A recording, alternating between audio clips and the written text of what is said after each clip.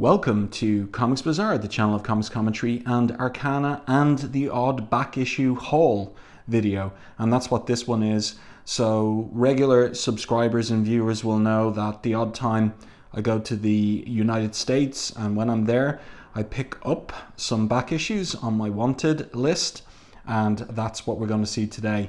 So if I stumble over my words or I get confused about things, it's because I have a major case of jet lag, being now back in Ireland.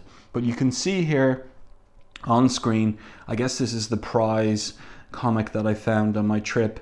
It's Wolverine #1. It's the first issue of a solo series dating back to 1988. Fantastic cover by John Buscema, very memorable, very iconic, and a really nice copy there. You can see probably the price tag on this one. It's just under $100, but I think it is worth it. And so this first pile that I'm going to go through are really the high value comics that I picked up. They're in sort of an order, but you'll see what they are now as I go through them. So Wolverine #1 there, very happy with that. Next up we've got Wolverine #8, another high value comic, this one again in great condition, another iconic cover by John Buscema. I really like this one, many people do like it, and it's a reason why if you find a nice copy of this, it's going to be high priced. It's going to be in the high price range. This one pretty happy with, $75 there, you can see. Then I got issue #2 as well. And again, very high quality copy. So this is Buscema inked by Klaus Janson. Very happy with that one. Wolverine up against Silver Samurai. And I got issue #4 there. That's pretty cool as well. John Buscema inked by Al Williamson. Got issue #6 there. Happy with that one too. Issue #7 featuring the Hulk there, patch. And I think that's Tiger. So that's another great cover as well. And also issue #9 of the Wolverine solo series, and that's a cover by Gene Colan. So now I have issues 1 to 10 of Wolverine's first solo title. I'm very pleased with all of those. You can see I got an Uncanny X-Men back issue as well. This is issue 119. So the cover here is by Dave Cockrum, but the interior is by John Byrne and Terry Austin. So this is a $50 comic, and I think it's in pretty good nick for the age of the comic, and I'm very happy with this. So what else do I have here? Oh yeah, I've got X Factor #6. So this dates back to 1986. It's the first appearance of Apocalypse, and it's also Louise Simonson's first issue as writer on this new title. So I got that pretty, you'll find copies of this in good condition for around $50-$60. So I'm quite happy with the copy I have for $35. I think it's a really nice copy. So what else do I have? Well, I'll just bring over another chunk of these back issues here. Let's flip this one over. Yeah, I got a copy of Uncanny X-Men 258. It's a $3 copy there. It's better than the one I have in my own collection. So happy enough with that. Got a copy there of X-Force #31, the cover by Tony Daniel. And let's see, what else do I have here? Oh yeah, I've got Punisher War Journal, issue #30. So this is a Michael Golden cover, but the interior of this is by John Buscema. You can see there's a crossover there with Ghost Rider. Issue #50 of Punisher War Journal. The interior, this is a cover by, I don't recognize that name, but in any case, the interior story is by Mark Teixeira. So that's what I'm interested in from that particular comic. What have we got here? Punisher War Journal, again, a Michael Golden cover. Interior work is by John Buscema. Another Michael Golden cover for Punisher War Journal #26, but the interior work is by John Buscema. That's what I'm interested in. And issue #2 by Carl Potts, doing the design for this cover, Jim Lee pencils and Carl Potts on the inks. So the very second issue of Punisher War Journal. I'm still trying to get my hands on issue number 1, and then I'll have all of the Jim Lee issues, because I also got my hands this trip on issue number 13, which I was missing. Interiors by, well, this is a great cover by Jim Lee, penciling and inking himself, but the interiors are Jim Lee inked by Al Milgrom. Punisher War Journal number 25, another Michael Golden cover, a great one. And again, as I said previously, issues 25 to 30, the interior art is by John Buscema, which is what I'm interested in. This is intriguing. X Factor Special, Prisoner of Love. This dates back to 1990.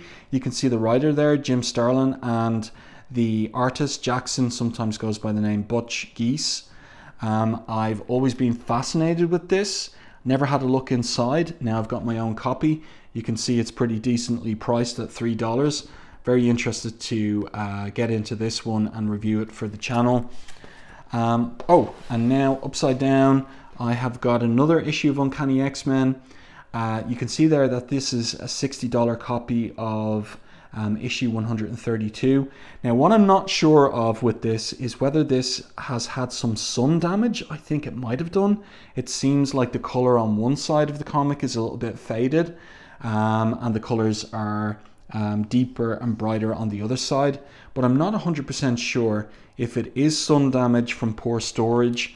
I got this in a shop that really was, how shall I put it, like a cliche comic shop, like lots of stock but higgledy-piggledy all over the place, and very how shall I put it, eccentric customers as well as owner. And I was kind of surprised at the storage quality of some of the comics, but I need a copy of 132. And while I think that $60 is a bit much for this particular copy, I'm happy enough to have my own at the moment, and in the future I may upgrade this. So yeah, you can see that this didn't even come with a backing board or anything. Weird, but in any case, I'm glad to have it. Also got this pack of comics, Elektra Root of Evil. So I think there's 4 issues here, and the series was written by Dan Chichester, pencil by Scott McDaniel, so I'm intrigued to read that. More, so I got to keep going through the batches here. If somebody out there is keeping count, I'd love to know at the end of the video how many comics I bought on this trip. It might frighten me to know the answer. So, oh yeah, I got Marvel Comics Presents. There was some comment recently about whether I had any interest in Sam Keith's comics, and I do indeed. And so I picked out his Marvel Comics Presents run, the first one. I'm still looking around for the second or later one before he went over to Image, but I really like this cover for issue 100. So he does one of the stories in here. And you can see, yeah, I've got all of the comics from his first run on Marvel Comics Presents. It was a Wolverine story. So issue 92 there, the cover. Let's see what else we have here. Oh yeah, issue 91. And that's Cable and Ghost Rider there. Issue number 90. So that's Cable and Ghost Rider again. Now, it seems like there was a few alternative covers for issue number 90 of Marvel Comics Presents for some reason. So that's one cover, and this is another one. So one cover featuring Wolverine and some lady, and then over here, Cable and Ghost Rider. I don't know much about these. The fact that there are these alternative covers, maybe somebody in the comments can shed some light on this and why it was for issue 90. Issue 89 there, that's a pretty nice image there of Wolverine by Sam Keith in the rain. I like that little corner box image of Mojo as well. And then issue 88, that's not a great cover, to be honest with you. I don't know what is going on there, what's that about. It's pretty weird by Sam Keith. And let's see this one now. This is cool. Wolverine there on the edge of a cliff. That's nice. And a good use of negative space. Then issue 86. I have 2 of these. One of them is better quality. This is the good high quality one. This other copy is a little low quality. So you know what will happen is I'll review the issue via this copy rather than this one. Let's see here. Oh yeah, and I've got 2 copies of 85, so that's Sam Keith's first go on Marvel Comics Presents, and that's a very cool and I think iconic Wolverine cover. I think that one might have been used for t-shirts. So I've got 2 copies there. This is the higher quality one, so this is the one I'll be reviewing on the channel in due course. What else do I have here? Oh yeah, I've got X-Force issue number 30. I stopped my reviews at issue 27, I think, so I got a few more issues of X-Force. I've got 30 there. That's a Tony Daniel cover. 29, 28. I also have 31. Oh yeah, I'm also continuing to pick up issues of Ghost Rider, Volume 3, the Danny Ketch ones. So this is Ron Garney and Brad Van Cata cover, issue 39. What else do I have? Issue 36 there. I think this is Brett Blevins. Yeah, so I think Brett Blevins did some work after Andy Kubert left, and then Ron Garney took over, and then Salvador LaRocca, if I'm not wrong. So this is Brett Blevins cover again, issue 35. Now I'll get another batch over. This is the penultimate batch. No, hold on. Actually, I can do it. This will be the last batch. And again, if somebody out there can keep count and tell me how many of these I've done, I'd be grateful. So issue 34, that's a Brett Blevins cover. Yeah, there's his signature. That's pretty cool. Let's see here. Issue 33, another Brett Blevins cover. Issue number 32, that's a Brett Blevins cover, and that is after Andy Kubert's last issue, which was 31. Let's see, I've got oh, and there it is. So that's bagged. So I'm going to have to open up that bag on video in order to review this particular comic. It was $10. So let's see here. Oh yeah, issue 27. I've been looking for this one for a long time. So a really excellent Jim Lee cover on that. Jim Lee inked by Scott Williams. So that's the crossover there was between Adjectiveless X-Men and Ghost Rider at the time. And I've yet to review this particular part of the crossover. So I'll be getting to that in due course. What else do I have? Randomly, I've got New Mutants issue 92. So a Rob Liefeld cover there. I don't think I've ever read this. Let me see. Oh, X Factor number 7. So that's the second issue of Louise Simonson's run. And that's where I'm going to start my review of X Factor. I'm going to start with her on issue number 6 in the first appearance of Apocalypse, and then go all the way up to Whilce Portacio's first issue, which I've already reviewed. So I'm going to fill in all of that run of X Factor with reviews. Classic X-Men 25. I needed this to complete my run of Classic X-Men up to issue 45 or 6. So I wanted all the issues that have the backup stories in them. You can see this is a newsstand version of this particular comic. Let's see. Oh yeah, I got a better copy of Uncanny X-Men 263.